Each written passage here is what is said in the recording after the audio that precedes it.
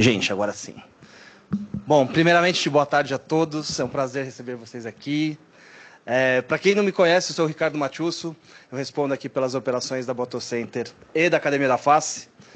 E vou apresentar um pouquinho. Fiz questão de vir aqui abrir esse evento que para a gente é super importante.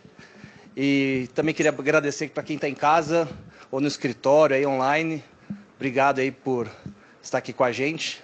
Passar essa tarde bem agradável, que eu tenho certeza que tem muitos assuntos que a gente pode falar aqui. Bom, eu queria só aproveitar e abrir aqui um pouquinho para falar como que vai ser a nossa agenda. Bom, a gente está um pouquinho atrasado, mas já está tudo sob controle, daqui a pouco a gente organiza a agenda. A gente vai falar um pouquinho sobre as histórias que inspiram, vai falar um pouquinho sobre a oficina do abraço, mas eu queria dar um recadinho. Vocês fiquem super à vontade, se vocês quiserem levantar, pegar um suco, pegar uma água, quiser ir no banheiro, o banheiro fica aqui do lado esquerdo, lá no fundo. É um evento aqui que realmente a gente gostaria muito que vocês ficassem muito à vontade. Tem um monte de gente conhecida, tem franqueados nossos aqui, tem convidados, tem nosso time, tem o time da Galderma. Obrigado por vocês estarem aqui com a gente. Bom, para a gente, o nosso propósito como Botocenter, como Academia da Face, sempre foi promover a autoestima, promover saúde. E, assim, não tem como ter autoestima sem saúde. Então, acho que o assunto que a gente vai trazer aqui hoje é super importante e ele tem muito a ver com como a gente criou esse negócio. Desde o início lá, em 2021, lá em Recife. Então, eu queria agradecer de novo aqui a todos. E eu queria passar a palavra para a Brenda e para a Ana, inicialmente, para falar um pouquinho sobre as nossas marcas. E agradecer de novo por vocês estarem aqui. Pessoal que está online, obrigado. Até daqui a pouco. Oi, pessoal. Boa tarde. Sejam todas bem-vindas. Inicialmente, é um prazer a Academia da Face, junto com a Botocenter, desenvolver realmente esse evento tão importante com relação ao autocuidado, ao autoconhecimento para nós mulheres que somos tão importantes nessa sociedade. Cada uma de vocês aqui, agradeço muito ao tempo que vocês disponibilizaram para esse evento. Muitas poderiam, às vezes, estar trabalhando, mas estão se dedicando realmente para esse momento que é importante para nós olharmos para nós mesmas. Então, vou começar falando um pouquinho para vocês sobre a missão realmente da... Como que não está passando. Para baixo?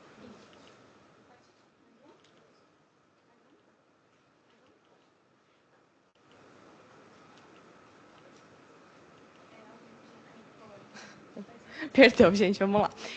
Então, com relação à missão da Academia da Face, a nossa missão sempre foi e continuará sendo, agora muito em conjunto com a Botocenter, prezar pela entrega de serviços de qualidade, com profissionais extremamente capacitados em todas as nossas lojas. A gente sempre prezou muito com relação a isso, e também a produtos que nós utilizamos, que são produtos reconhecidos mundialmente, e prezamos pela qualidade de todos esses produtos, das melhores marcas mundiais, inclusive a Galderma, que já agradeço aqui por continuar e sempre estar presente em todas essas parcerias, em todos esses eventos que nós proporcionamos.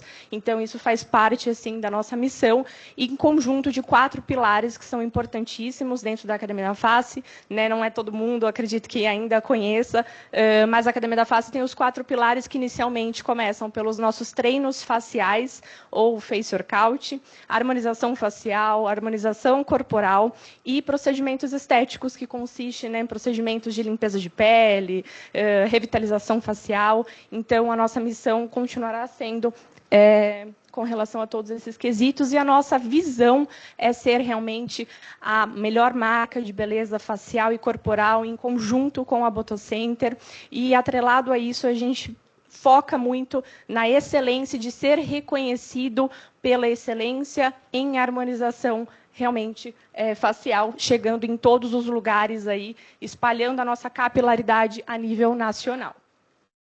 Nossos valores A gente foca bastante na questão do pioneirismo, que é o nosso treino facial, o Face Workout. Para quem ainda não conheceu, eu convido todas vocês. A gente pode presentear todo mundo aqui, realmente, que queira conhecer esse procedimento.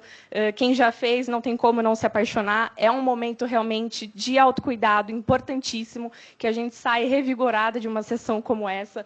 Então, como pioneirismo, a gente trouxe o Face Workout, que é um procedimento que inicialmente era de Nova York, nós trouxemos para o Brasil em 2019, quando fundou a Academia da Face.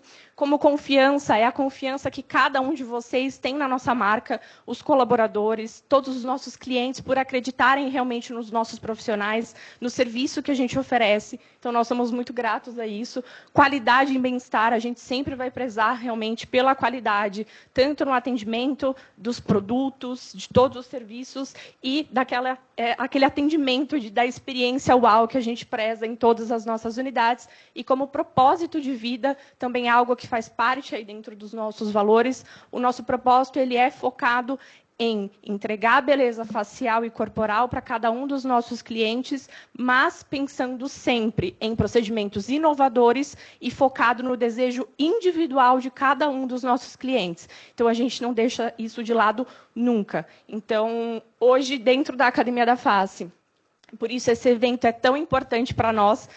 A gente fica muito honrado, realmente, de participar disso em conjunto com a Botocenter. Dentro do nosso público, nós temos 84,5% de mulheres, realmente, que representam aí todas as nossas clientes. Então, somos muito gratas, agradeço a cada um, realmente, que confiou e acredita na nossa marca, de fazer diferença, realmente, no mercado de beleza e bem-estar, que a gente preza bastante. A gente sempre fala da Academia da Face, no nosso dia a dia, em oferecer serviços que oferecem esse bem-estar, esse autocuidado, e agora a gente trouxe muito nesse evento essa questão do cuidado com a saúde, de fato. Então, a gente sempre vai falar em todos os quesitos, né? A parte mental, física e a estética que a gente fala também.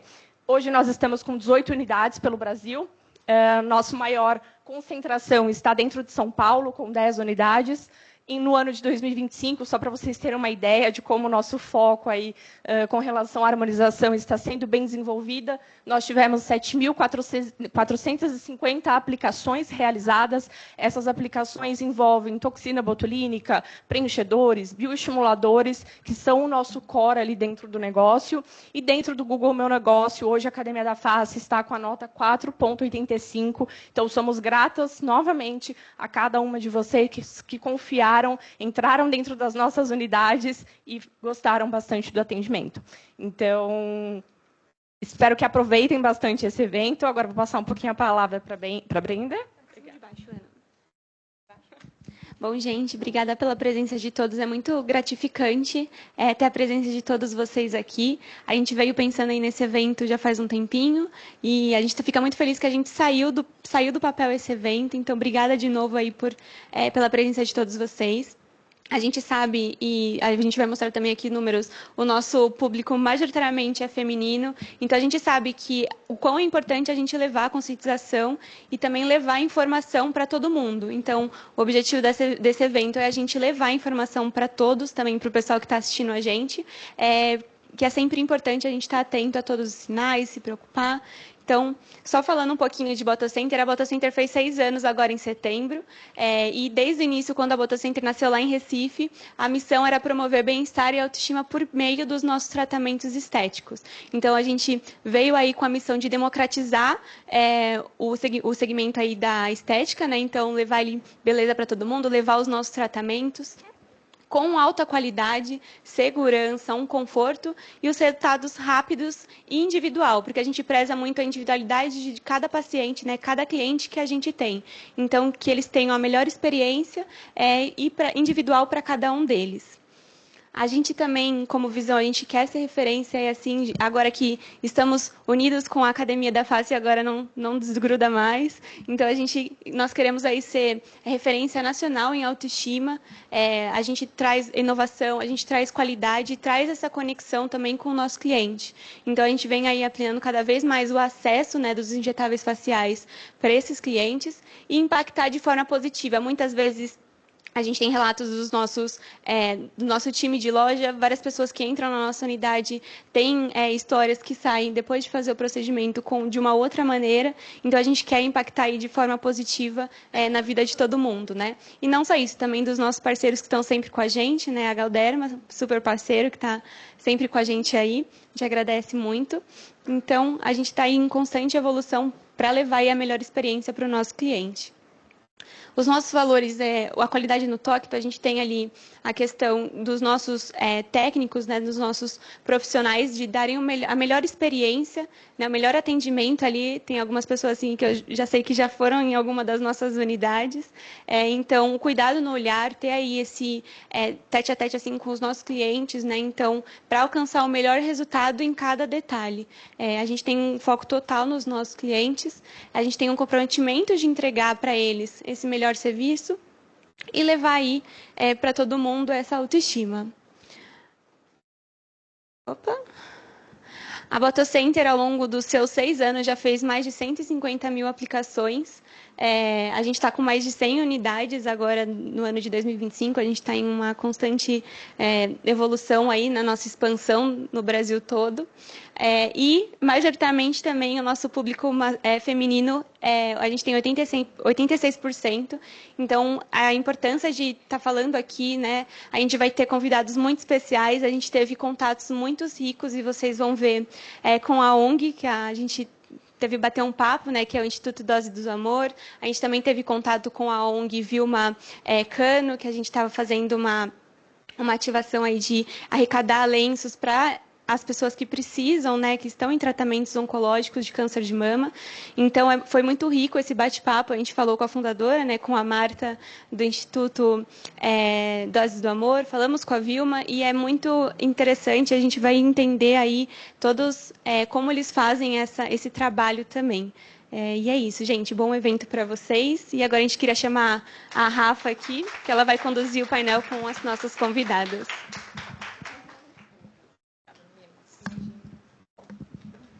Bom, gente, antes de eu chamar as nossas convidadas, né, agradecer novamente a presença de vocês, quem está aí dentro de casa, mas também as meninas que prepararam esse evento para a gente, né? Eu até brinquei com as meninas que são ratas de evento, né? Inspiração, Kel e as meninas, Jé.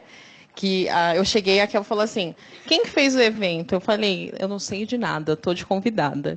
Então, a Brenda está liderando esse evento, então todos os detalhes aqui foram feitos por Brenda, Fê, Pan, Ana e Sarinha, né? Então, muito obrigada por preparar tudo para a gente, primeiro.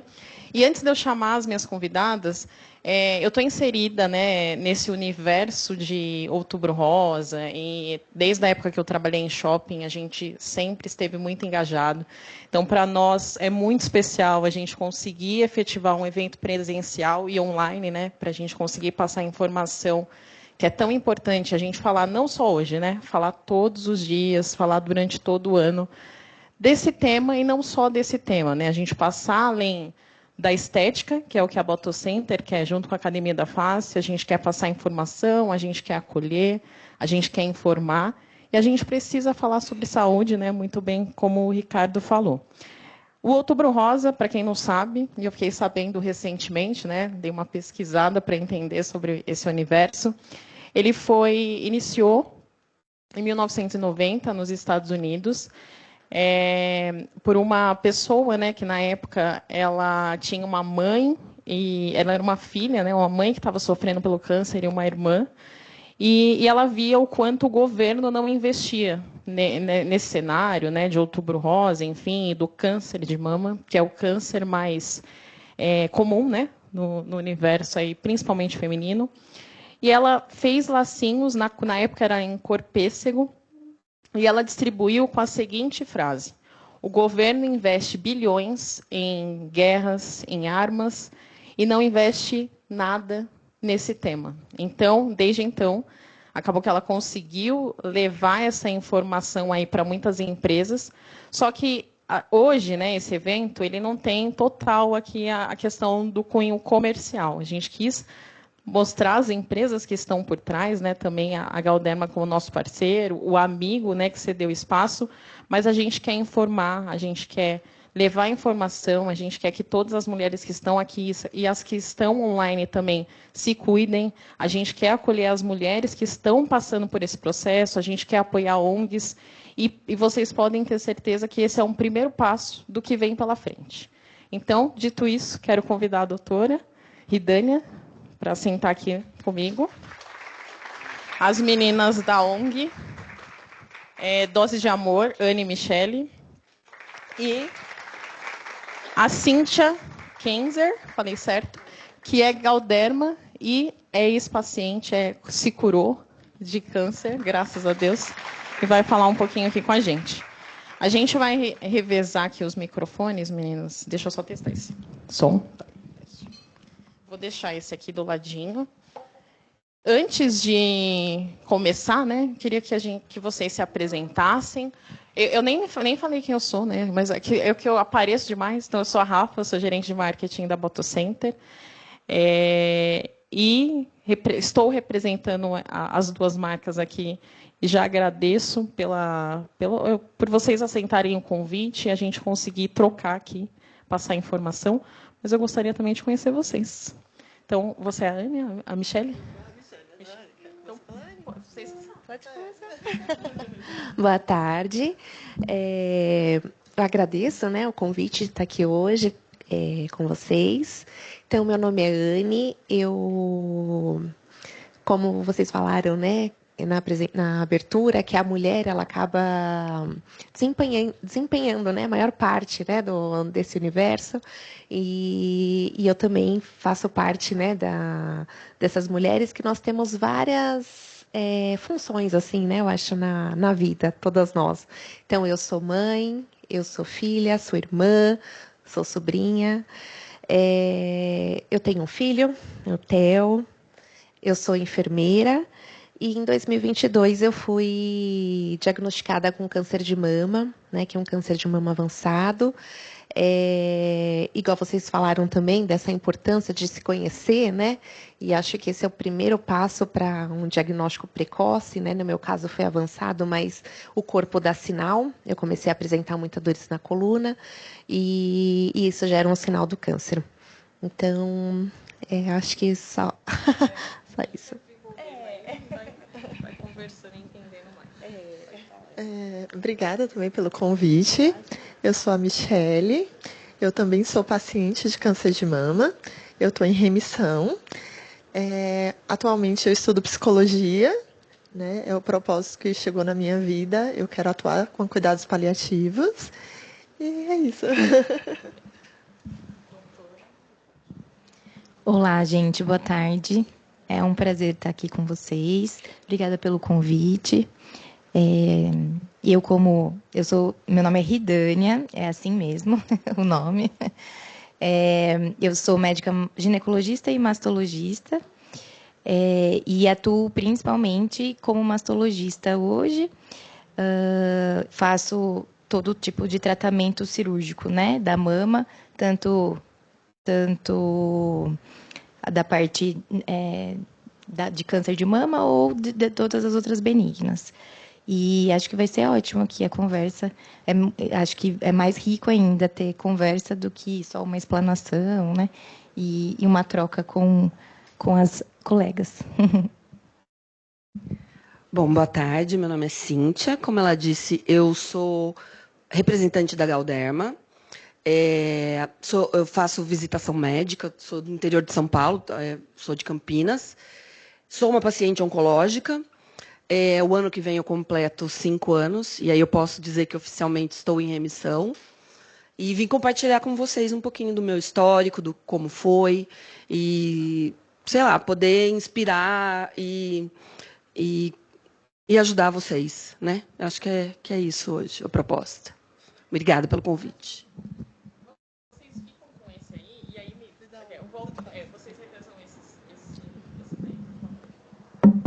Bom, para começar, eu queria perguntar para a doutora Ridânia, né, um pouco sobre a questão da prevenção mesmo, assim, como que a gente se fala muito, e ainda mais nesse período, do autoexame, né? Mas a gente sabe que o autoexame, ele pode diagnosticar, você conseguir ver ali alguma questão, né?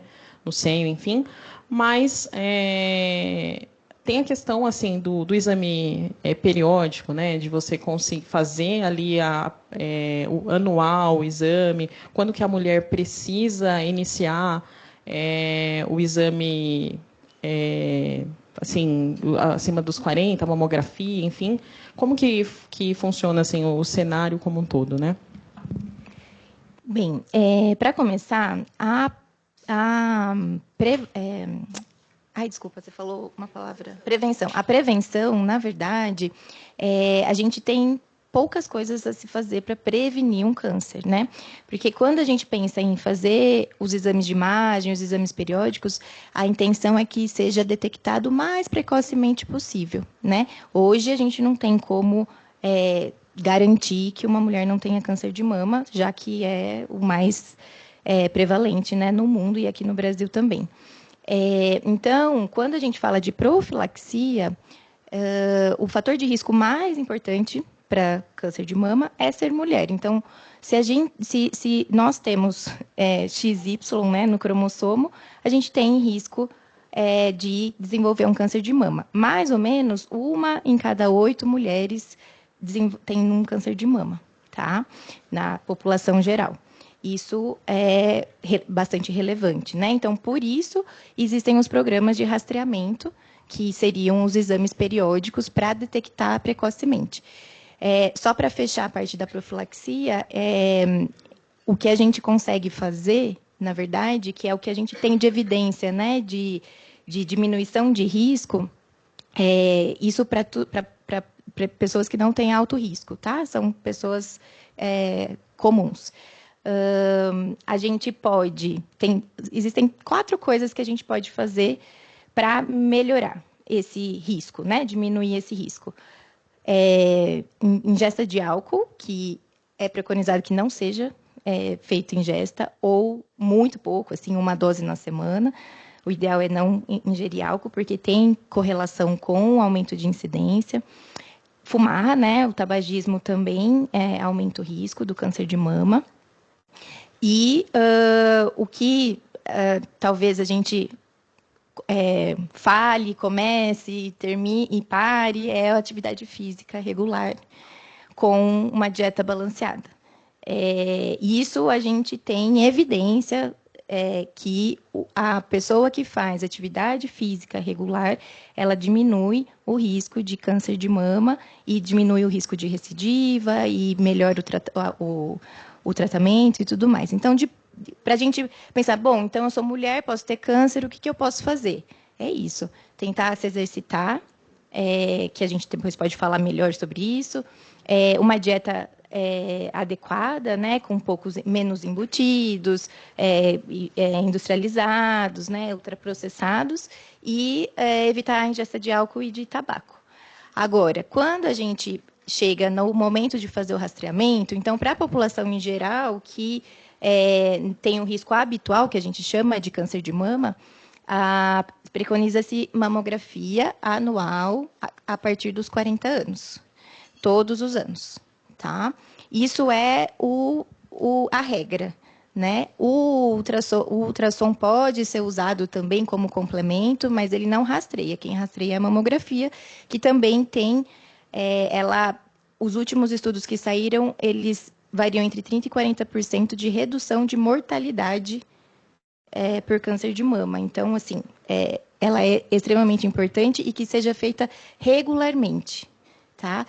Só um detalhe para eu não monopolizar, né? A única... uma questão que aparece muito no consultório é que a paciente, às vezes, né, tem um diagnóstico, fala, mas eu fiz o exame o ano passado, não tinha nada. Mas é exatamente isso, a gente precisa fazer todo ano, porque todo ano é uma nova mama, é uma nova análise que a gente precisa fazer, porque, infelizmente, o câncer aparece assim. Entendi. Bom, até falando dessa questão da idade, né, que eu fiz essa pergunta mesmo para a gente entrar, eu queria entender com as meninas qual que foi a idade que vocês descobriram que estavam com câncer. Eu tinha 34 anos. Eu tinha 36. Eu fui mais velha, com 43. Tá. E no caso de vocês tinham pessoas na família ou não, né? Porque aí já tem essa questão aí de descobriu com 34, descobriu com 36, mas a mamografia ela é indicada a partir dos 40, né? Não tinha histórico nenhum na minha família. Na verdade, aos 24 anos, eu já tinha tido um câncer de tireoide, mas não tinha relação, né, com o câncer de mama. E como não tinha histórico, ia no ginecologista, normalmente uma vez por ano, ultrassom, e não tinha nada que pudesse me levantar alerta que aos 34 anos eu poderia ser acometida pelo câncer.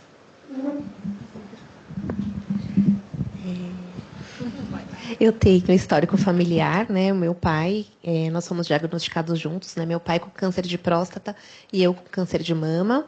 Eu tive uma prima também de primeiro grau, né? Com câncer de mama, mas eu fiz os testes genéticos, mas não era genético, mas eu tinha um histórico familiar. Eu também não tinha histórico familiar. E assim como ela, eu também fiz o teste genético e não era genético, era hormonal. Porque existe essa diferença, né? A doutora acho que pode até falar bem sobre isso. Os cânceres genéticos são pouquíssimos, né? Os mais prevalentes são os não genéticos, né? Sim. Na verdade, mais ou menos 85% dos cânceres de mama gerais são esporádicos, que a gente chama, que é quando tem a doença, mas não tem relação com hereditariedade, síndrome genética, nada disso. E mais ou menos 15% no mundo tem mutação genética que aumenta muito o risco de desenvolver um câncer de mama e até outros associados. Então, também é uma questão, essa questão da família, que na consulta é muito importante levar o histórico familiar e levar com mais detalhes possíveis, assim, em relação ao tipo de tratamento, se tiver alguma biópsia, alguma coisa para a gente organizar, né, esse heredograma. Só que o contrário não é verdadeiro. Então, eu não tenho ninguém na família, né, me exercito, não vou ter porque não tem ninguém na família. Não, na verdade, 85% das mulheres não tem nenhuma síndrome hereditária diagnosticada, tá? Então, é mais ou menos isso. Entender agora a questão dos primeiros sinais. Como que foi, assim, o que te levou a entender? Se foi um exame periódico mesmo, anual, ou se você sentiu ali no autoexame? Na verdade, assim, eu não fazia o autoexame, apesar da gente escutar. Eu acho que a gente só encara a doença quando a gente está nela ou quando a gente tem um parente muito próximo. Então, por mais que a gente escutasse campanhas, etc., eu era negligente nessa parte. E um belo dia, em 2020, em plena pandemia, eu tomando banho, eu senti que tinha algo de errado. Inclusive, a princípio eu fiz assim, não, né? Assim, eu pensei, né? A gente pensa, não. Eu pensei, não é nada. Mas mesmo assim, eu falei, eu vou marcar um masto. E como eu já tinha feito redução mamária e era numa região de cicatriz, a gente achava que era uma fibrose. Então, assim, mas né, que bom que meu médico ele foi criterioso, ele pediu uma ultrassom e mesmo assim ele falou assim, melhor a gente fazer uma biópsia para ter uma certeza. E eu tinha um exame de ultrassom recente e que não tinha detectado nada, né? Então, eu acho que por isso é tão importante. Hoje falam que a mamografia é padrão ouro, né, para detecção de microcalcificações, de nódulos muito pequenos, justamente por isso, porque pode passar despercebido num ultrassom. Eu não tinha a idade da mamografia, então, naquela época, o exame que eu fazia periodicamente era ultrassom. Então, eu senti o nódulo e aí a gente começou a investigação. Eu comecei a apresentar, como a doutora falou, né? Mesmo tem que fazer os exames, né, anualmente. Então, eu estava no período certinho do exame, então eu tinha realizado o exame em setembro de 2021 e meus sintomas começaram em junho ou julho de 2022. E aí eu comecei a apresentar muitas dores nas costas e aí por isso que é importante a gente conhecer o corpo, saber que não está normal, né? E aí a gente vai arrumando desculpas, né? Falar, não, estou trabalhando muito, essa cadeira que eu estou sentada, e vai procurando, né? Assim, desculpas, né, para as dores. E só que até que essa dor se tornou algo muito insuportável, que eu ia trabalhar, então né, eu moro em Guarulhos, trabalhava numa UBS na Brasilândia, que é na periferia da Zona Norte, então dava 30 quilômetros da minha casa, né? E aí eu ia com muita dor, colocava a bolsa de água quente, ia dirigindo, chegava lá, chegou até que eu não conseguia mais puxar o freio de mão do carro. E eu, né, tratando como coluna, e depois de um tempo que apareceu uma massa na mama, né? Então não foi nem nódulo, foi uma massa bem extensa, tinha aproximadamente 15 centímetros, e foi onde eu comecei a investigação, né, do câncer de mama.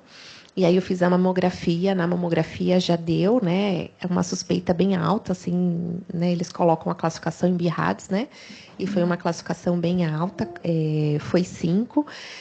E aí já comecei toda a investigação, né, fazer a mamografia, fazer ressonância das mamas e até chegar ao diagnóstico. E aí essa dor na coluna era por conta da metástase, né, então eu tive uma fratura na coluna, uma fratura cervical e torácica. Então, antes de iniciar o tratamento da quimioterapia, eu tive que fazer essa correção dessa fratura. Só por curiosidade, entre o início dos sintomas na coluna e a massa na mama, quanto tempo?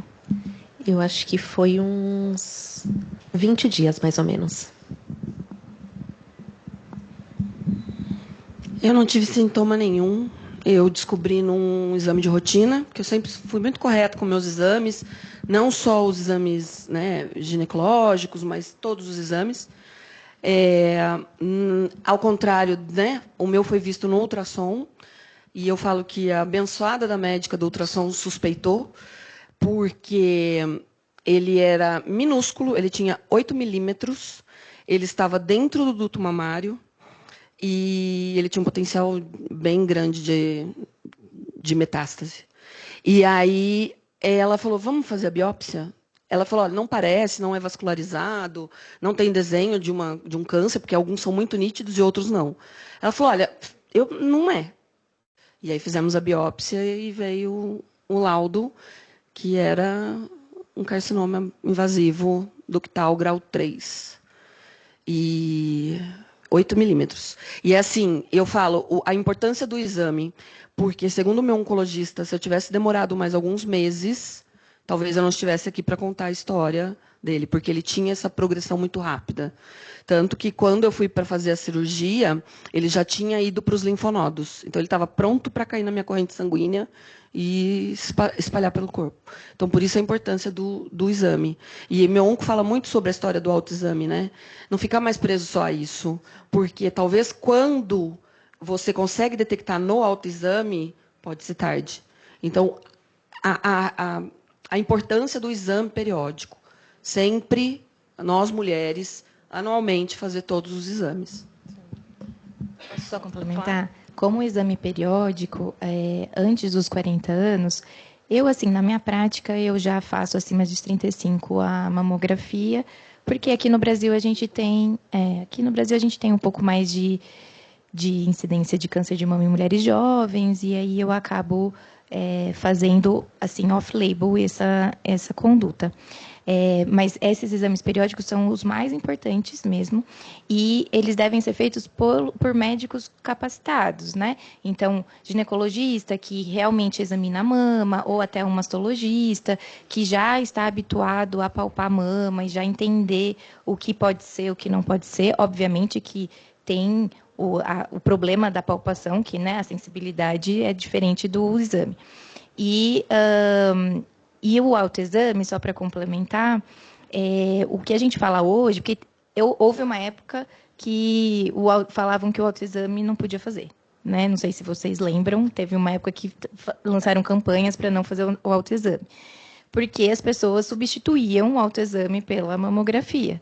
Ao contrário, né? A mamografia pelo autoexame. Então, hoje, o que a gente orienta é que a gente tem que se conhecer. conhecer a nossa mama. E não porque a gente vai palpar tudo certinho e entender tudo. Não, mas olhar no espelho, ver se elas estão do mesmo jeito de sempre, olhar alguns sinais, né? Que daí depois eu posso falar, mas é uma coisa que é importante, constantemente ficar vigilante, sim.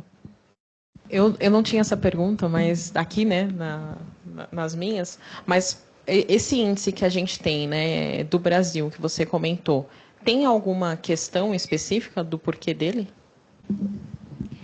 Não. A gente, na verdade, são estudos estatísticos, né, de bancos de dados que tem lá o índice que é acima da média mundial.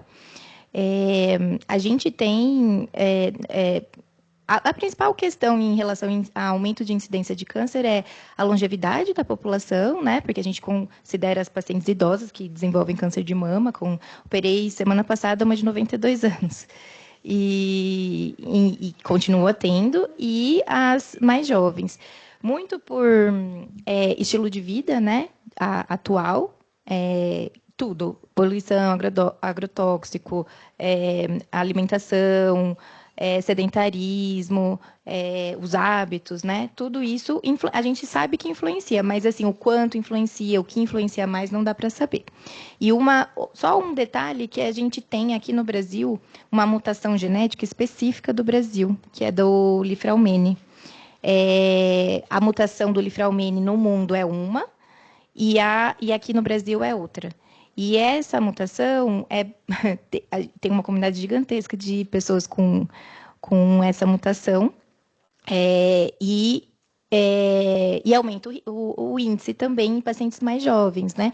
É uma mutação que normalmente não são tumores muito letais e elas acabam tendo, às vezes tem outros tipos de tumores, mas se reproduzem, enfim, e vai perpetuando o gene. Então, é um detalhe que não justifica esse dado, mas é uma curiosidade para contar.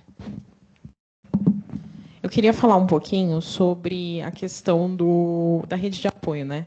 Porque a gente sabe que também esse câncer, e não só outros, e ainda mais quando se trata de mulheres, né? A gente sabe que nós mulheres, né? Eu me coloco nesse meio, a gente é muito mais acolhedora, né? Com o nosso parceiro. No caso, se o nosso parceiro vai sofrer por um câncer, a gente vai acolher, não vai.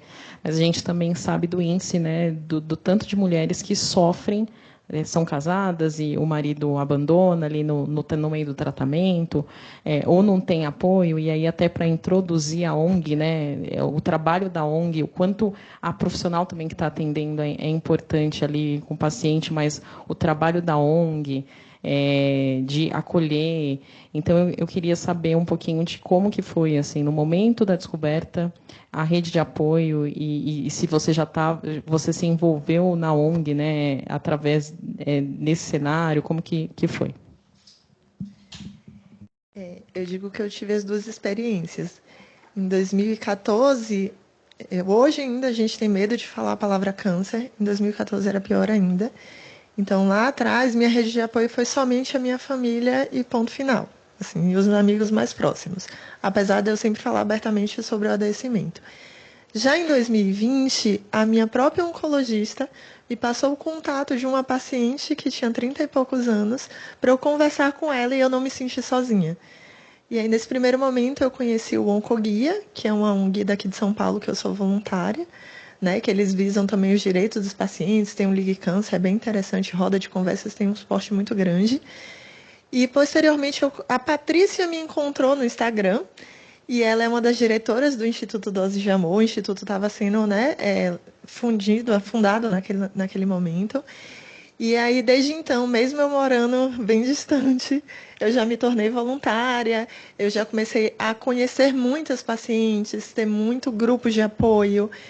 Eu não estava namorando, eu não sou casada, então, assim, eu tive o apoio muito dos meus pais, principalmente, eu tenho irmãs também que sempre estiveram juntos, e, assim, eu percebi que como faz a diferença a gente ter, né? E no Instituto, hoje a Anne também pode falar um pouco, a gente tem uma Casa Rosa em Guarulhos, então a gente recebe pacientes, a gente recebe familiares, a gente tem oficinas de crochê, de costura, né? A gente tem a terça terapêutica, então a gente fala de sexualidade, a gente fala de depressão, apoio emocional. Então, assim, a gente tem umas às outras para contar. Isso, para a gente se ajudar, né, amiga? Eu também acho que a rede de apoio é muito importante, né? Quem me apoiou bastante foi minha família, amigos também. Eu sou casada, não é toda a realidade, né, de todos os pacientes, como a Ana já falou, né, que tem Rafa, a Rafa, tem muitas mulheres, né, que acabam, né, perdendo seus parceiros no tratamento, mas o meu marido, ele é muito parceiro, tá sempre, né, ali do meu lado. E os amigos também, né? Acho que isso é essencial. E quando eu tive o diagnóstico, né? Então, um diagnóstico assim tão agressivo que me deixou assim, né? Acamada antes da cirurgia, eu fiquei 15 dias acamada.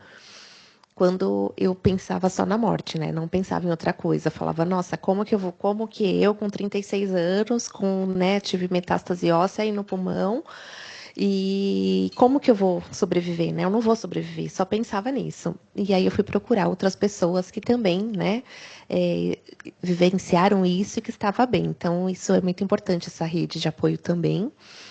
E depois, né, no meio do tratamento que eu conheci o Instituto Dose de Amor, e aí eu sou voluntária lá, então nós recebemos, como a Michelle falou, né, nós recebemos os pacientes, temos rodas de conversa, e isso é muito importante, eu acho que para a gente conseguir enfrentar, né, assim, eu acho que a gente enfrenta, assim, com um pouco de mais leveza, né.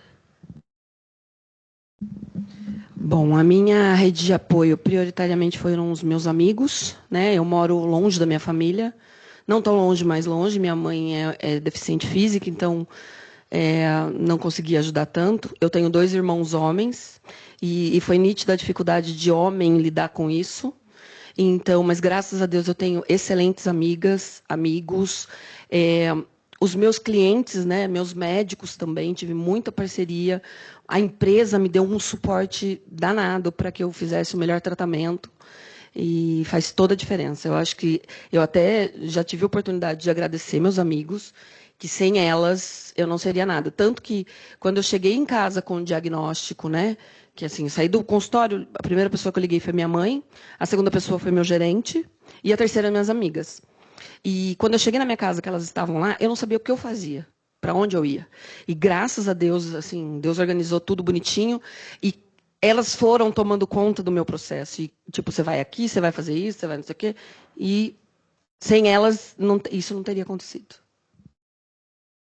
A importância, né? E aí, puxando o gancho para você, doutora, com relação a quando a gente, assim, o índice de cura, né, descoberto rápido, praticamente 100%, né, e falam. E aí eu queria entender como que, assim, o seu papel e dos médicos, assim, na condução ali e direcionamento do paciente, né, quando descobre.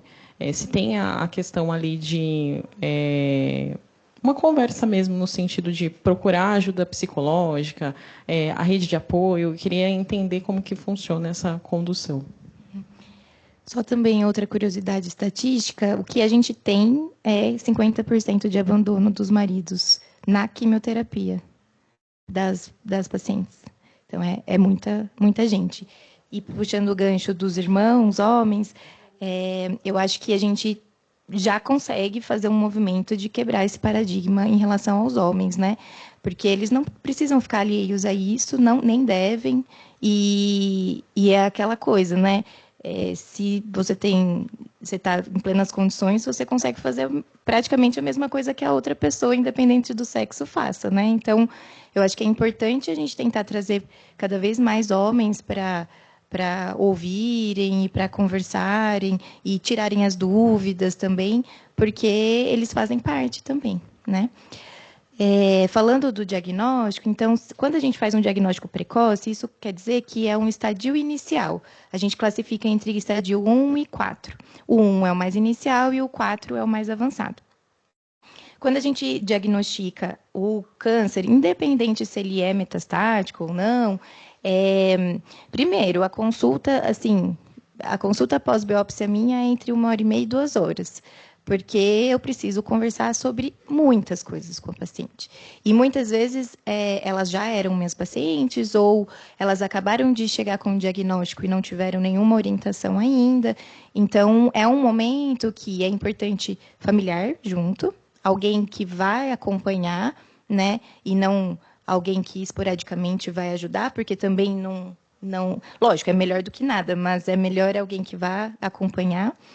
E aí a gente, primeiro, a gente explica, né, o diagnóstico, eu faço bem, assim, detalhado, e explico também chances de cura, né, até onde a gente tem de informação. Então, quando a gente diagnostica abaixo de 2 centímetros, mais ou menos, né, enfim, com ou sem linfonodo, aí depende do tipo, a gente consegue uma sobrevida de 98%. Né? Uma taxa de cura de 98%, 96%. Agora, com um novo tratamento do triplo negativo, a gente consegue sobrevida perto de 90%, que antes a gente não conseguia. Então, a gente consegue ter cada vez mais pacientes sobreviventes do câncer de mama. E cada vez mais em mais números, né? Então, a gente precisa olhar para isso, para essa segunda parte, que é a parte do pós-tratamento, né? Que acho que a gente vai chegar daqui a pouco. Em relação ao que é abordado, depende muito, por exemplo, as meninas que eram abaixo de 40 anos, a gente sempre fala sobre filhos, qual que é a expectativa, qual que seria o planejamento até então, para a gente também tentar organizar, porque hoje existe a preservação oncológica, né, de fertilidade. Não sei se todo mundo já ouviu falar, mas a gente pode fazer congelamento de óvulos em vigência do diagnóstico do câncer de mama, enquanto está fazendo, né, os exames para cirurgia ou para quimio, enfim, fazer uma captação de óvulos e congelamento de óvulos para, posteriori, né, pensar em engravidar. Isso é feito, assim, no meu consultório eu faço de rotina essa orientação e tomamos essa conduta juntas.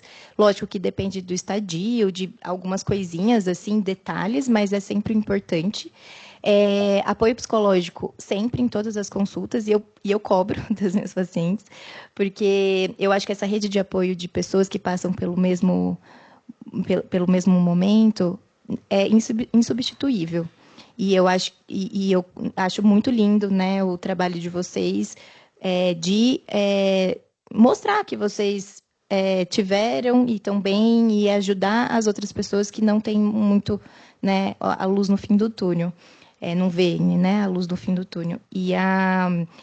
Só que a psicóloga é alguém que vai estar lá toda semana, né, enfim, toda semana, ouvindo o que muitas vezes a gente não consegue falar para amigo, não consegue falar para marido, nem para nós mesmos, às vezes, em voz alta.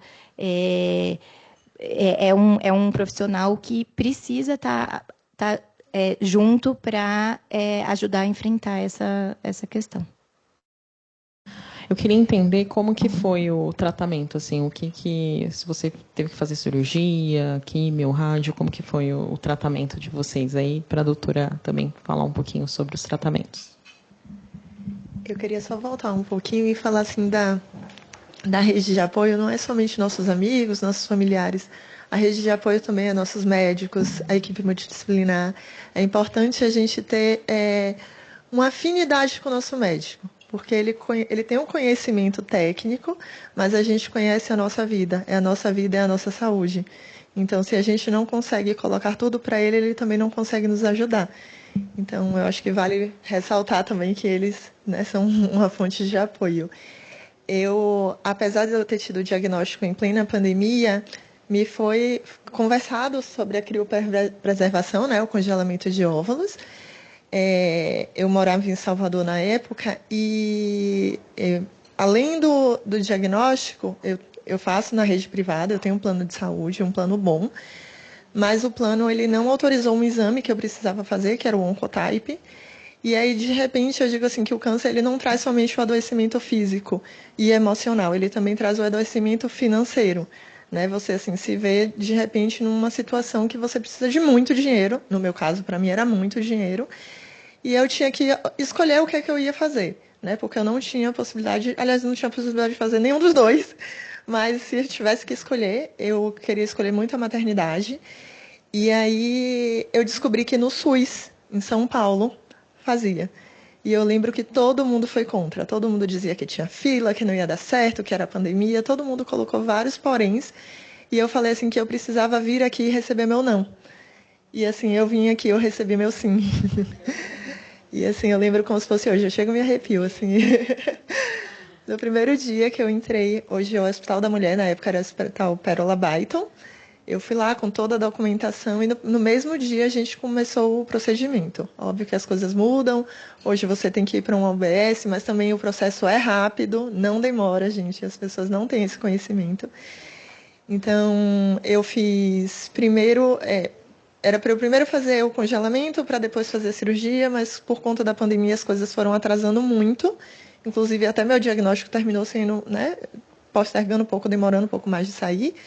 Então, a gente fez a cirurgia para não perder tempo, eu não podia mais perder tempo, então a gente fez a cirurgia, eu vim, fiz o congelamento, depois eu precisei fazer quimioterapia, fiz radioterapia, peguei Covid na radioterapia, mas graças a Deus eu estou bem. Hoje eu faço hormonioterapia. A doutora também eu acho que pode falar que hoje os tratamentos eles são bastante personalizados. Então, a esposa do meu tio que teve câncer, sei lá quantos anos atrás, eu lembro que ela teve que tirar as 2 mamas, ovários, trompa, tirou tudo, né? E eu, né, já fiz uma cirurgia mais conservadora, eu também fiz exame genético, então assim, eu tive várias oportunidades que talvez uma pessoa há 5 anos atrás não tenha tido. Então, isso é bem bacana, eu saber que o tempo inteiro os meus médicos, eles estão buscando informações para que eu tenha um tratamento individualizado, personalizado. O meu câncer pode ser o mesmo tipo do da Anne, o mesmo tipo de qualquer outra pessoa, mas as minhas características são diferentes. Então, a gente tem que ter realmente esse olhar. O tratamento que eu fiz, a princípio, né, antes eu precisei fazer a cirurgia da coluna, depois iniciei a quimioterapia com imunoterapia endovenosa. Só que como eu tinha feito a biópsia em um laboratório e depois eu fui para uma outra instituição para iniciar o tratamento, né, na verdade eles repetem, né, pegam o mesmo material e repete, faz o que eles chamam de revisão de lâmina. E eles solicitou a revisão de lâmina, mas por conta de, né, burocracia, até o laboratório liberar a lâmina, e eu com sintomas, muitas dores, e os médicos falavam, quando começar a quimioterapia vai aliviar. Eles optaram em entrar com a quimioterapia, né? Eu fiz, então, essas 2 sessões endovenosas. E um dia antes de fazer a terceira quimio, a minha onco me ligou e falou que ela estava pensando em trocar o protocolo. E ela me convocou, né? Falou que o resultado tinha sido diferente, né, do primeiro exame. Então, aí eu tive que trocar o protocolo, e é o protocolo que eu estou com ele até hoje, que é uma medicação, então, uma quimioterapia oral. Então, eu estou com essa medicação há 3 anos, espero que eu possa ficar muito tempo com ela. E, como a doutora falou, né, tudo vai evoluindo muito, e então eu estou com essa medicação, a sobrevida com ela seria 24 meses, então estou aí ultrapassando dados estatísticos. Mas a minha onco sempre, né, tentava me acalmar, falando, você está com essa medicação, quando ela não fizer mais efeito, já vamos ter descoberto outra e assim nós vamos caminhando. Então, esse foi meu tratamento. Falando nessa parte de atualização de tratamento, o meu tratamento também mudou. Na parte dele, uma medicação que era para ter sido feita via quimioterapia, eu tomei injeção porque mudou o protocolo. Então, muito, muito dinâmico. O meu oncologista ele fala muito sobre isso, sobre a individualização do tratamento, né? Ele optou, no meu caso, por começar pela quimioterapia. Eu fiz 6 quimioterapias, que deu quase uns 7 meses. E aí, na sequência, eu fiz a mastectomia. Porque, segundo ele queria fazer a operação sem o câncer. e fez a cirurgia, fiz a mastectomia radical, só da mama direita, mandou a mama para biópsia e não tinha nada. Então, realmente, a quimioterapia tinha resolvido. Os linfonodos também, eu fiz esvaziamento axilar, os linfonodos também vieram negativos. Então, foi esse protocolo. Aí, depois, um ano depois, logo na sequência, eu fiquei por 1 ano fazendo imunoterapia. E hoje eu faço uso de um bloqueador hormonal, tamoxifeno, né? Por 10 anos eu vou fazer esse tratamento essa medicação tomando para fazer um bloqueio hormonal. Porque o meu câncer era o triplo positivo, HER2 positivo. Então, ele responde a todos os hormônios femininos. Então, por isso eu preciso ter esse bloqueio. As meninas são experts. É isso. Então, o câncer de mama, apesar desse nome genérico, ele é específico de cada indivíduo. E só de subtipo a gente tem muitos, mais de 20, e subtipos histológicos, e depois os outros subtipos que a gente fala de luminal, hormonal, triplo negativo, triplo positivo, enfim. Então, a individualização do tratamento é o caminho que já está sendo trilhado e cada vez mais aprimorando as tecnologias, né? E é muito importante a gente entender que é uma questão muito particular e que não reproduz o que a outra pessoa viveu, até para escolher iniciar o tratamento, em que momento, ou qual a modalidade de tratamento, porque varia muito, assim, uma característica. A gente tem uma lista lá de, 15 características que a gente tem que avaliar. Se uma é diferente de uma da outra, às vezes muda para uma quimioterapia antes e a cirurgia depois. Então, só para resumir, o tratamento do câncer de mama, ele consiste em um tratamento multidisciplinar, longo, difícil, mas ele passa. Ou ele estabiliza e a gente fica super bem com ele. E aí a gente tem algumas etapas a serem concluídas que são obrigatórias e outras que não. A cirurgia hoje para o câncer, ela é feita de uma maneira mandatória, exceto pacientes em estadios mais avançados, que a gente escolhe individualmente cada característica para operar ou não. Então, as pacientes que normalmente não operam a mama é por conta dessa questão de estar já em outros lugares e ter outras medicações que sejam até melhores do que a própria cirurgia da mama. E quando não é estadio 4, a gente faz cirurgia em todas. E aí a gente pode iniciar com a cirurgia. E aí, enfim, tem várias características, não dá para eu explicar, mas pode ser iniciado com cirurgia ou iniciado com quimioterapia. Quando a gente inicia com quimioterapia, é muito importante para a gente avaliar a resposta da quimioterapia em vivo, que a gente fala, que é ali olhar a área que tinha o tumor e saber se ele regrediu, quanto ele regrediu ou se ele regrediu tudo. Isso implica em guiar o nosso tratamento a partir dali, porque a gente pode trilhar alguns caminhos diferentes nisso. E fora a informação, né, importante biológica ali. E aí, quando a gente faz a quimio, faz a cirurgia em seguida, e a radioterapia pode ser feita ou não, também depende de alguns critérios.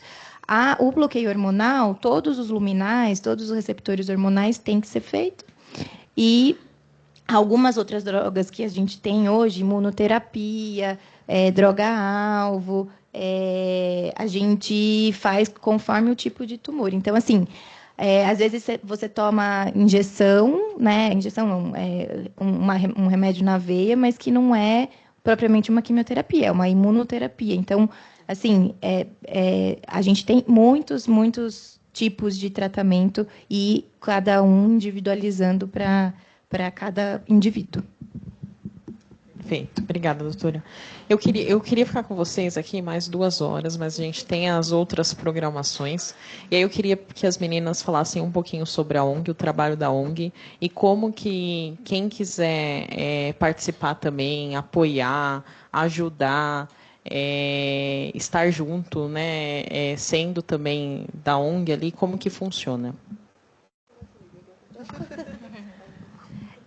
O Instituto Dose de Amor, né, nós chamamos carinhosamente da Casa Rosa, né, porque nós temos uma sede que é lá em Guarulhos, que é uma casa rosa mesmo. Então, nós recebemos, né, essas pacientes que estão em tratamento. E quem quiser participar, né, tem o Instagram do Instituto, que se chama Instituto Dose de Amor. Pode ser voluntário também, tem os cursos de voluntário. Então, pode ser, se alguém tem uma habilidade, falar, eu sei, né? Então, oficinas de bonecas, por exemplo. Eu sei fazer bonecas, então eu me disponho em um dia lá para dar uma aula, né, de oficinas de boneca. Ou então, a pessoa também pode estar ajudando com doação de itens, né? Porque nós realizamos visitas humanizadas no Hospital Geral de Guarulhos e no AC Camargo, que é em São Paulo. E as meninas que realizam visita, elas levam um mimo, né? Que a gente fala que é uma dose de amor, que ele contém um livro, um lenço, uma bijuteria, uma maquiagem. Isso, e um creme hidratante, né?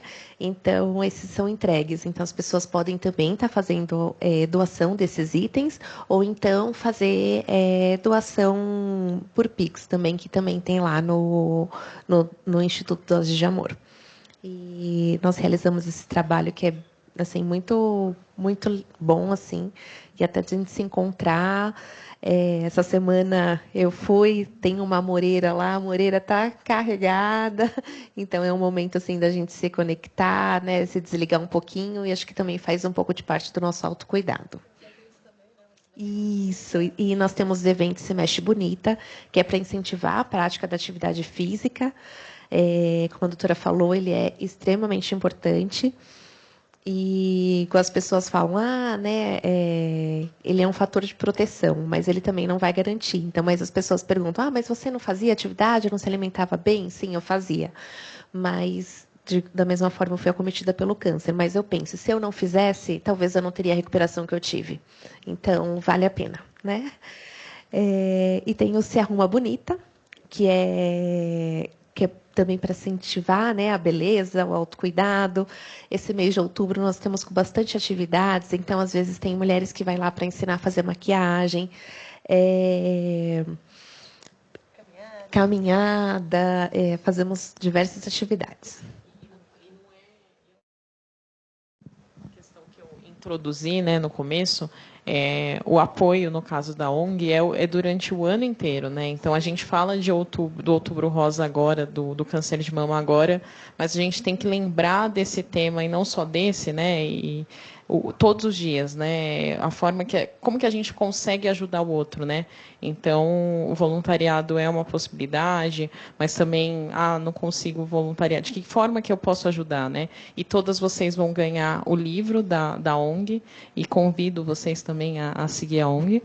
Queria pedir para a doutora passar algum recado importante, também falar sobre as suas redes sociais, se você quiser, onde te encontrar, porque aí eu falei, eu tenho 36, nunca fiz mamografia, já vou atrás de você, porque você falou assim, não, já acima dos 35 já tem que fazer. Né? Mas foi um prazer, e aí eu queria que você passasse algum recado importante, alguma coisa que a gente esqueceu de falar aqui, que seja importante para a gente passar para o nosso público todo. Eu quero agradecer novamente o convite, foi uma delícia, e também ficaria aqui mais um tempo conversando. Eu acho que o mais importante é essa reunião, é essa conversa. Eu não sei se vai ter alguma pergunta para o pessoal fazer, porque o mais importante é a conscientização de que ele existe, não adianta a gente fingir que não, que ele existe e que a gente precisa estar atento. E eu acho que o mais importante, assim, de tudo, além de fazer os exames periodicamente, passar num médico e ser examinado, é fazer atividade física, que eu vou ter que falar de novo. Exato, porque por mais que a gente não reduza o risco total, né, de desenvolver o câncer de mama, Hábitos de vida saudáveis variam um pouco, mas mais ou menos 22% de redução de risco. Isso é uma redução muito considerável. Para vocês terem uma ideia, pessoas que tiram as 2 mamas por mutação genética, elas tinham em torno de 60% a 80% de chance de ter a doença, no caso de não doente. E quando a gente tira a mama, a gente não reduz totalmente, a gente reduz para 2%, 3%. Obviamente é maravilhoso, mas não é zero. Então, a gente sempre vai ter o risco. Então, o que a gente pode fazer é atividade física e hábitos saudáveis. Porque é isso, a gente sabe que a atividade física reduz a incidência, mas ela também melhora o prognóstico do paciente. A gente já tem essas informações também bem assim fidedignas e melhoram a recuperação, a independência também, né, da pessoa que está passando pelo tratamento. Então, precisa fazer atividade física. Não, é sensacional. Eu sou super adepta, não estou indo treinar porque não está dando, mas eu amo CrossFit, indico, inclusive, e qualquer tipo de atividade, mas agora, a partir de hoje, eu volto a treinar. Cíntia, eu queria te agradecer primeiro, mas eu queria que você desse um recado para as mulheres que estão passando por isso. O que você gostaria de dizer, assim, acho que passando por esse processo? Qual é o recado que você dá para elas? O câncer me ensinou, eu aprendi muita coisa. Tem vida após o câncer. E o diagnóstico de câncer não é uma sentença de morte, tá? Porque a primeira coisa que eu acho que passa pela nossa cabeça, que foi o que passou pela minha, eu vou morrer. E foi a primeira coisa que eu perguntei para a médica, eu vou morrer? Ela não teve o tato da doutora, né? Ela falou, vai. Talvez não de câncer, mas vai. Então, assim, o que acabei aprendendo com isso? A vida é hoje, a gente tem que fazer o nosso melhor agora. O câncer me ensinou a ter urgência por viver. Eu não deixo mais meus sonhos para amanhã. É tudo hoje. Entendeu? Então, se eu quero fazer uma coisa, eu vou lá batalhar, vou lutar, eu vou fazer. E eu acho que a gente deveria fazer isso com ou sem. Eu aprendi com isso, mas eu acho que a gente, tendo essa conversa aqui, a gente consegue mostrar para vocês que estamos bem, estamos vivas, estamos ajudando elas, né? Um trabalho maravilhoso, ajudando outras pessoas, né? E é isso, tem vida, existe vida pós-câncer. Se Deus quiser, eu quero viver muito a minha ainda. Não vai, com certeza. Também queria que as meninas dessem um recado para quem está passando por isso. Eu acho que nós ficamos com o pensamento assim muito parecidos, né? Eu acho que a gente começa a gente só pensa na finitude quando bate ali na nossa porta, né? E que a gente consiga ter esse olhar de não pensar na finitude só quando uma doença bater na nossa porta, né? E que saber que a gente consegue viver bem, né? Apesar de um câncer.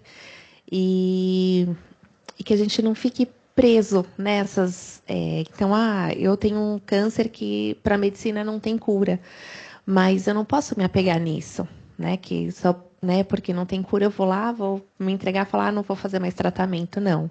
Né? Então, acho que a medicina está aí trazendo, né, bastante tecnologias para poder nos ajudar e pensar na vida como um hoje mesmo, né? Assim, sem pensar, porque às vezes a gente se planeja tanto para algo, a gente só pensa no grandioso e naquele algo que é simples, a gente acaba não pensando, né?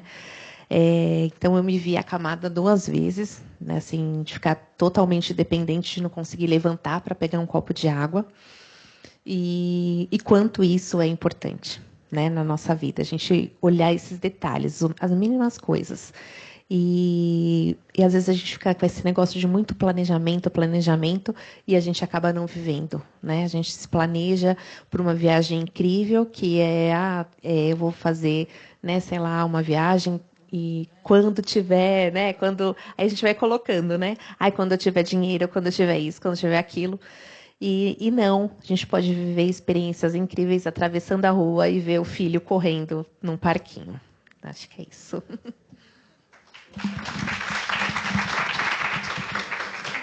Eu costumo dizer que quando o câncer me encontrou, eu entendi que eu sou um instrumento para traduzir com leveza todas as histórias que passam por mim.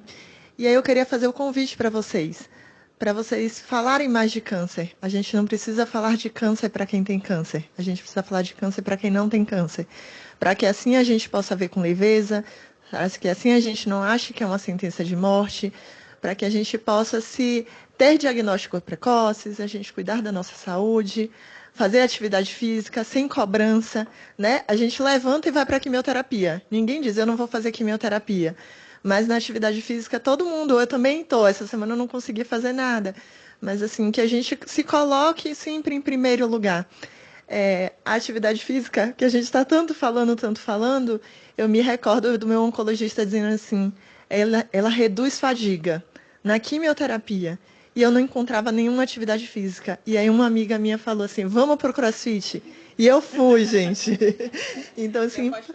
Isso em plena quimioterapia, eu consegui fazer CrossFit, dentro das minhas possibilidades, obviamente, levantando um canuzinho de PVC e me sentindo feliz e contente, qualquer um de nós pode fazer. Não precisa ir para academia, não precisa ir para hidroginástica, não precisa ser 1 hora de atividade física. Que seja 5 minutos, estaciona o carro um pouquinho mais distante, caminha esse pedacinho, né? Sobe a escada, às vezes é um lance somente. Então, assim, é isso que eu quero deixar para vocês, que a gente possa ver o câncer com leveza.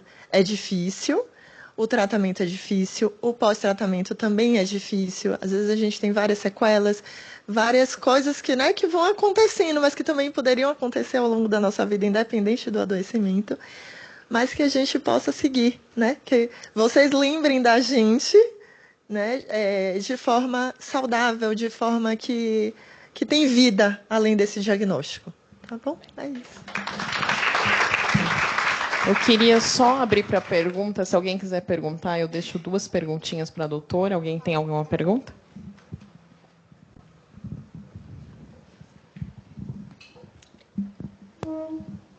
Boa tarde.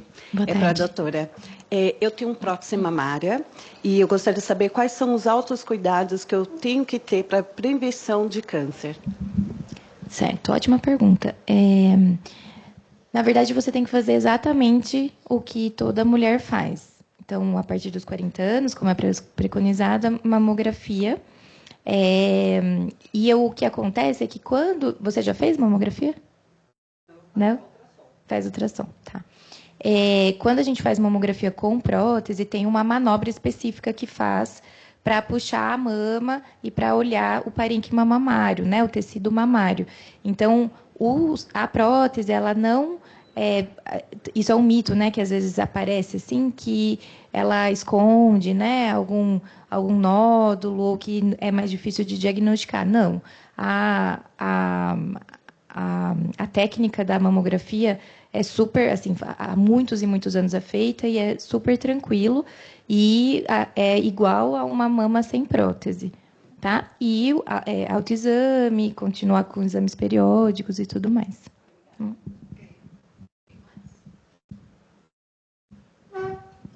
Queria perguntar para a doutora se existe algum substituto para o abemaciclib.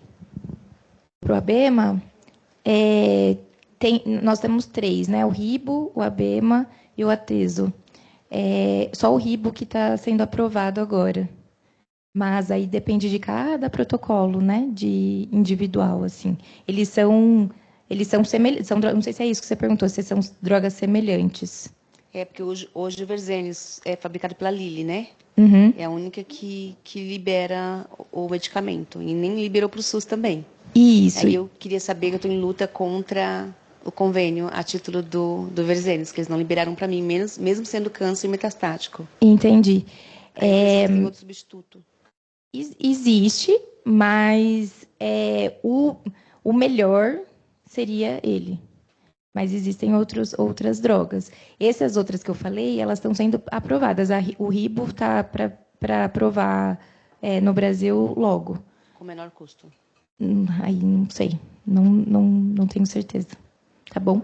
Mas aí precisa olhar individualmente o seu caso para ver se tem alguma substituição que seja igual, né, que tenha resultados semelhantes nos estudos clínicos que foram feitos. Tá? Mas o ateso é um dos... O ABEMA é um dos melhores hoje que a gente tem assim, para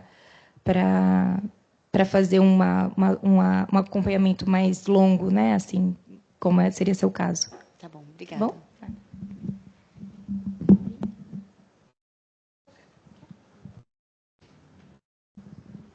Oi, tudo bem? Eu queria saber sobre reposição hormonal, se tem alguma influência. Ótimo. A reposição hormonal é uma discussão.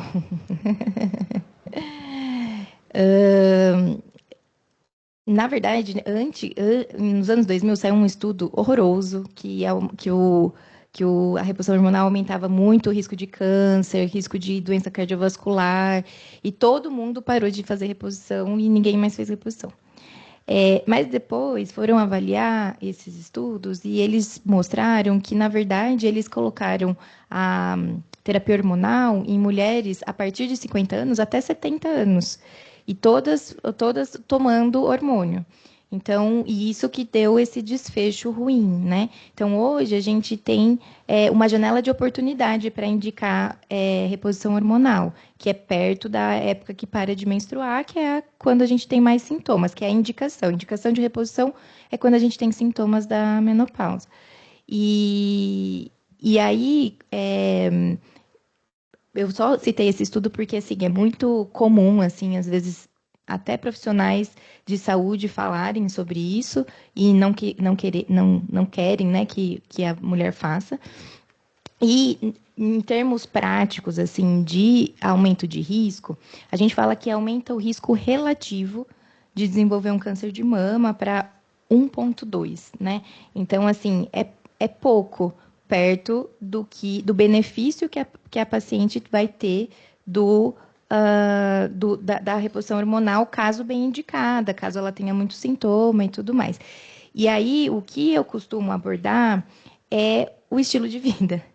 Porque se a gente tem... a gente não abordou a mama densa, que também pode ser por reposição hormonal ou não, naturalmente, que também aumenta risco. Então, a gente vê todos... O ideal é fazer uma avaliação criteriosa para a gente... avaliar o risco individual dessa paciente e, né, adicionar esse risco relativo pequeno aí da terapia hormonal e o que a gente pode fazer em contrapartida. Então, está fazendo atividade física regular, está se alimentando bem, está mantendo peso, porque a obesidade também tem relação.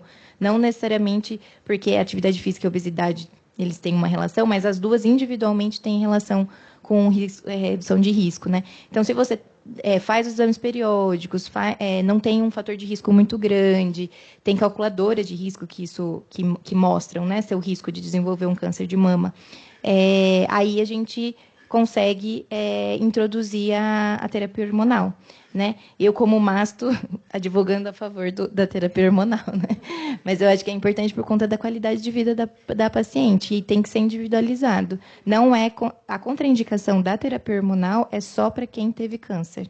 Porque aí, porque como a maioria dos cânceres respondem aos nossos hormônios, a gente não pode dar hormônio para uma pessoa que já teve. Agora, quem não tem nenhum, nem anticoncepcional, assim, não é algo relevante de aumento de risco de câncer de mama, em detrimento de uma gravidez indesejada ou de uma qualidade de vida péssima com 50 anos, que a gente ainda tem mais 30 pela frente. Tá bom? Bom, gente, eu vou ter que encerrar o painel, infelizmente, porque a gente tem outra atividade aqui.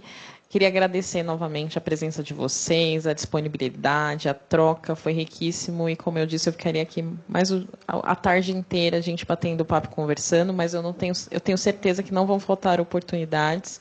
Então, para todas vocês, para o pessoal que está assistindo também, procurem a ONG. Quem quiser procurar a doutora também, fique à vontade. Pode falar, doutora. Não, eu lembrei que você perguntou das redes sociais. Isso. Como meu nome é Ridânia, meu Instagram é @Ridânia mesmo. Bem fácil. E escreve como se fala, tá? Não tem Y, não tem K, não tem nada. Muito bom. E Cíntia também, muito obrigada pela disponibilidade, por vir. E a gente vai ter um intervalinho agora de 5 minutinhos para mudar aqui, colocar a próxima atividade para a gente continuar aqui trocando. E daqui a pouquinho a gente vai convidar a nossa artista aqui para conduzir e será uma atividade bem especial. Então, quem quiser ir no banheiro, pegar comidinhas aqui, 5 minutinhos a gente volta, tá bom? Obrigada, meninas.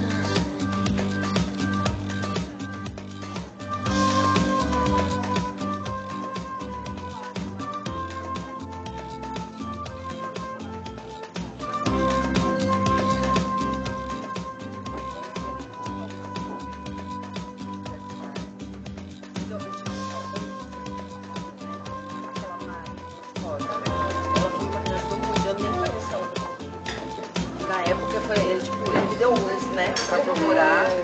E eu tenho uma coisa engraçada, uma paciente dele, tipo, agora sou eu, mas já foi ela que ele passava. E um dia aleatório, tipo, 2 anos depois, eu no hospital médico a trabalho, a se conhecer, sabe assim, até então, ela dava muito apoio online. A Ana Luciane também amava, ela se dela com maravilhoso. Eu estava que estava falando de coisas fortes, não tinha coisa pra você que dá na cara dela, ela estava dizendo Cláudia, que é maravilhoso. E é isso.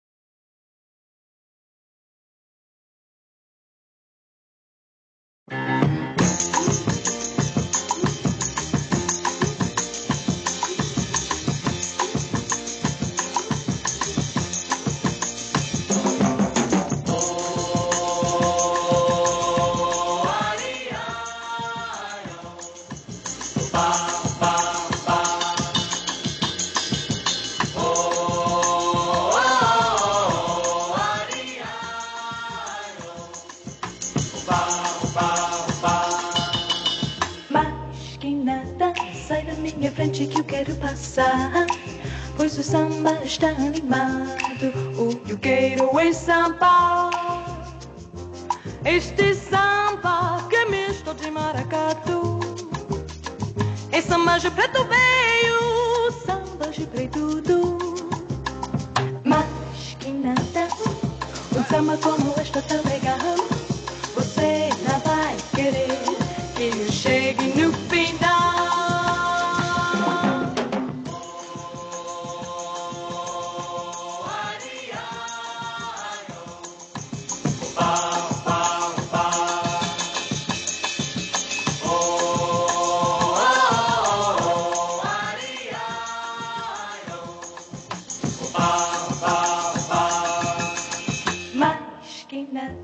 Sai da minha frente que eu quero passar, pois o samba está animado, o que eu quero é samba.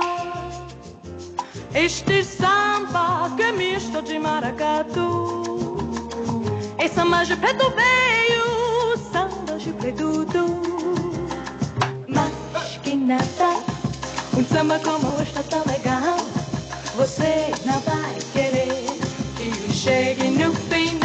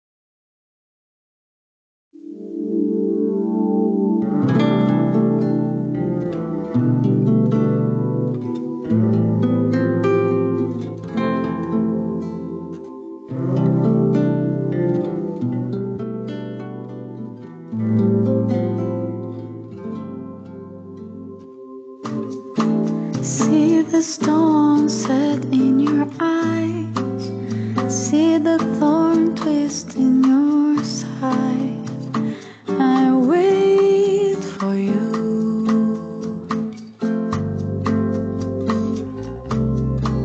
Sleight of hand and twist of fate, on a bed of nails she makes me wait, and I wait without you, with or without you, with or without you.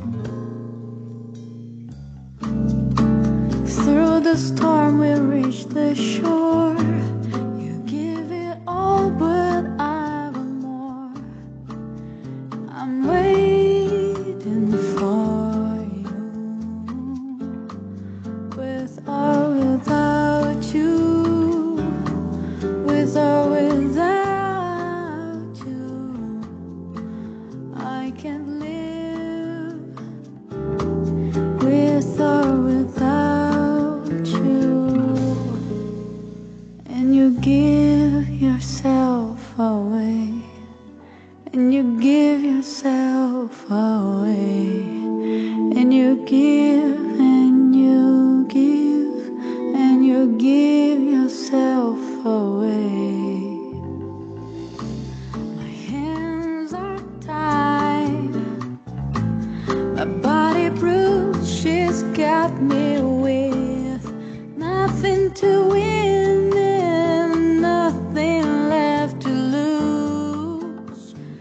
And you give yourself away, and you give yourself away, and you give and you give and you give yourself away, with or without you, with or without you. I can't live with or without you, with or without you, with or without you.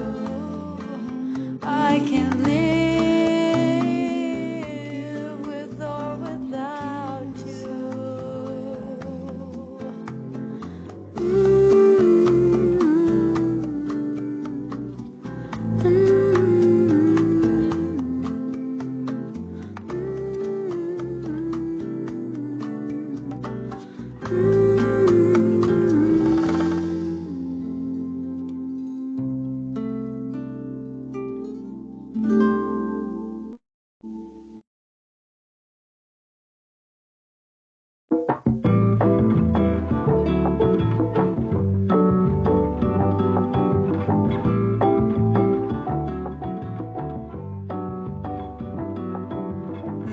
to a new city. June is dawning down on me, and all that I can find a sickly romance in the air. Lovers stroll without a care inside. Ooh, this can't be right. 'Cause the sun's engaged to the sky, and my best friends found a new guy. I'm only getting older, I've never had a shoulder to cry on, someone to call mine. Everybody's falling in love and I'm falling behind.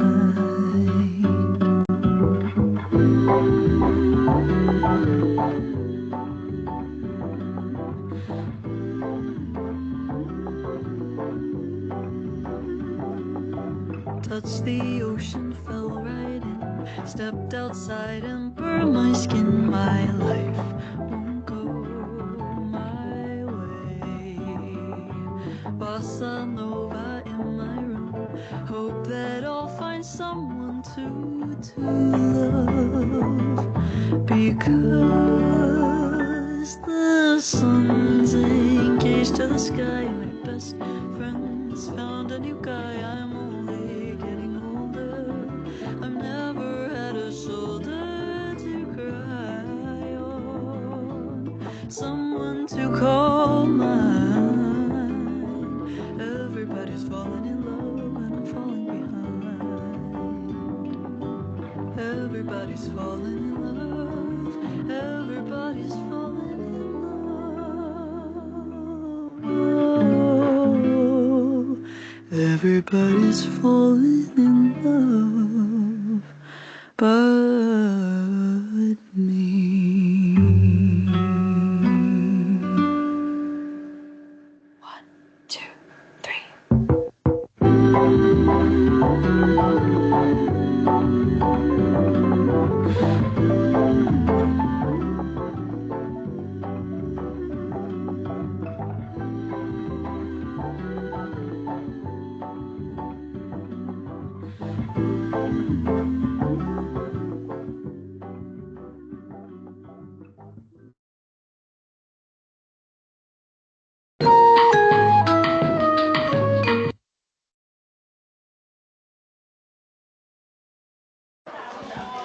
Oi, gente. Em breve a gente vai começar, então, por favor, voltem para os seus lugares.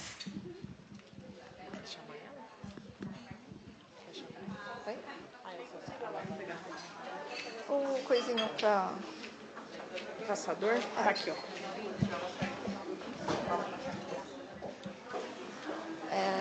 É assim, É pra baixo, é. Pra baixo. É. Aí, tá aí. Vamos voltar. Aí, intervalo, aqui. Pra baixo. Água pra ela? Será? Ah, então tá bom.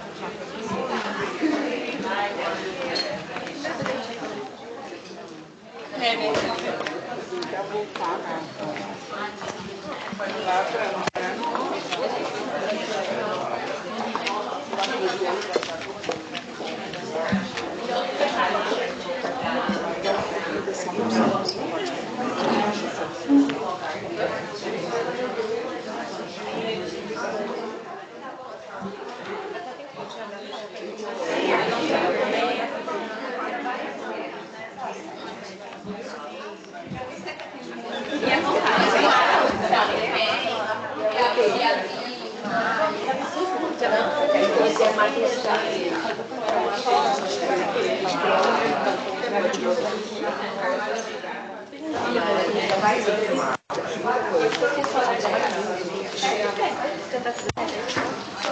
Falta ela.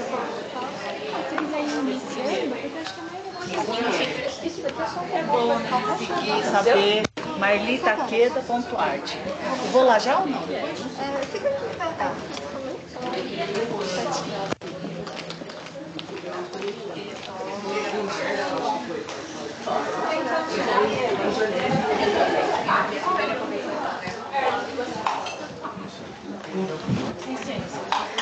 Vamos sentando, gente?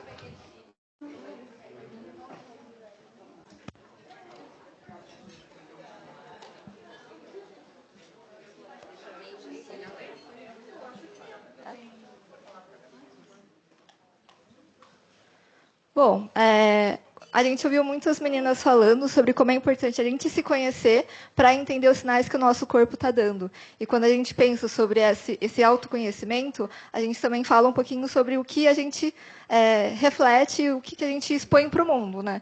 E por isso a gente trouxe essa oficina Abraço, que é uma oficina focada aí com um teor mais artístico, da gente conseguir se expressar aí para o mundo e até trazer um pouquinho mais desse conhecimento que a gente tem.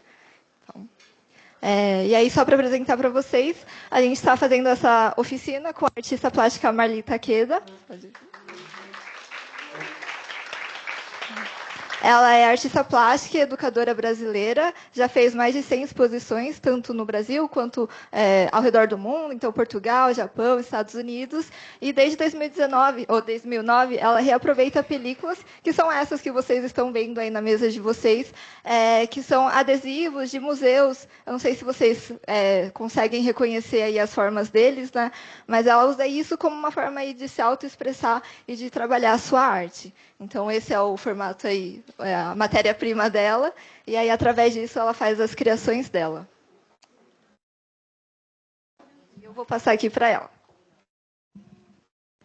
Oi, boa tarde, boa tarde. Para mim é uma grande alegria estar aqui com vocês. Agradeço à Academia da Face e à Botocenter, né, o convite. É um momento assim muito especial, muito significativo. Não só para as mulheres, mas para todas as pessoas. Meu nome é Marli Takeda, eu sou artista visual e venho trabalhando com sobras de adesivos que são recolhidos então em museus, gráficas, já há quase 20 anos, né? Antes de ele ser descartado, eu peço para eles guardarem, aí é retirado então no local os materiais, muitas vezes, algumas vezes são assim, acho que vocês já devem ter vistos, né, em alguns museus. E depois, então, em casa, eles são retirados. Eu retiro o selinho e transformo nessas formas circulares que eu, né, passei, está na mesa de vocês, para vocês fazerem essa atividade. É isso, né, Fernanda? Então, muito obrigada a todos. Eu acho que a gente tem um pouco tempo para começar a nossa... Sim. Trouxe também, escolhemos, na verdade, essa tela, que ela foi feita em 2021, e ela tinha muito a ver com o momento de hoje, porque ela foi intitulada, na época que eu pintei, como Abraço. Né? E por que o abraço? O abraço ele faz parte do meu contexto de pesquisa, né? E o abraço, porque esse quadro ele tem 50 centímetros de diâmetro, e quando eu estava manuseando, eu vi que ele cabia no meu abraço, então ele foi intitulado, né, Abraço 1, e tem um Abraço 2 também. E essas felpas, geralmente eu pintava todas as felpas, né? E eu queria aproximar mais as pessoas do meu trabalho, e que a pessoa tivesse um diálogo mais estreito com o meu trabalho. Então, eu resolvi colocar essas felpas sintéticas, né, para as pessoas terem um contato maior com a obra. Então, né, em algumas pinturas eu permito que as pessoas passem a mãozinha, para sentir, né, o afeto, o acolhimento.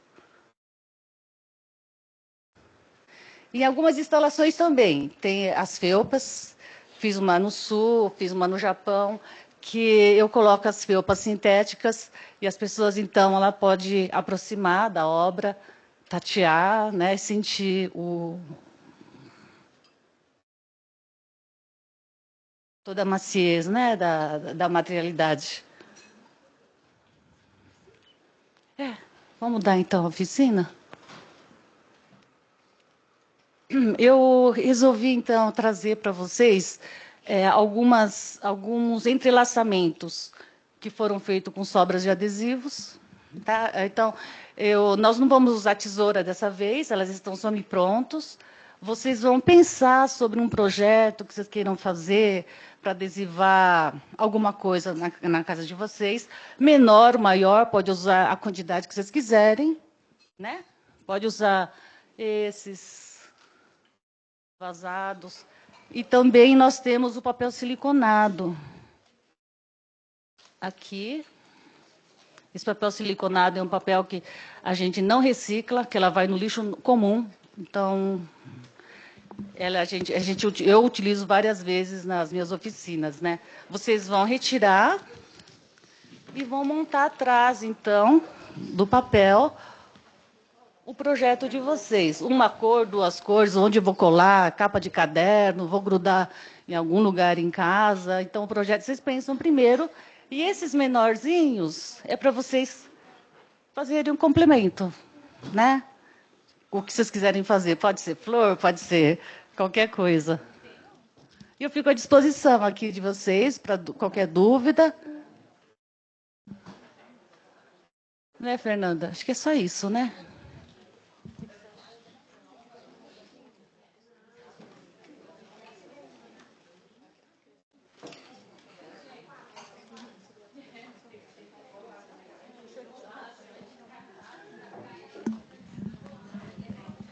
Bom, enquanto o pessoal se arruma aí, eu queria falar então com o pessoal da videochamada aqui. A gente vai dar encerramento para essa parte online, tá? Para o pessoal conseguir trabalhar aí nas suas criações.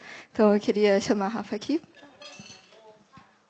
Para o pessoal que está online, então, muito obrigada. Foi um prazer ter vocês aqui com a gente.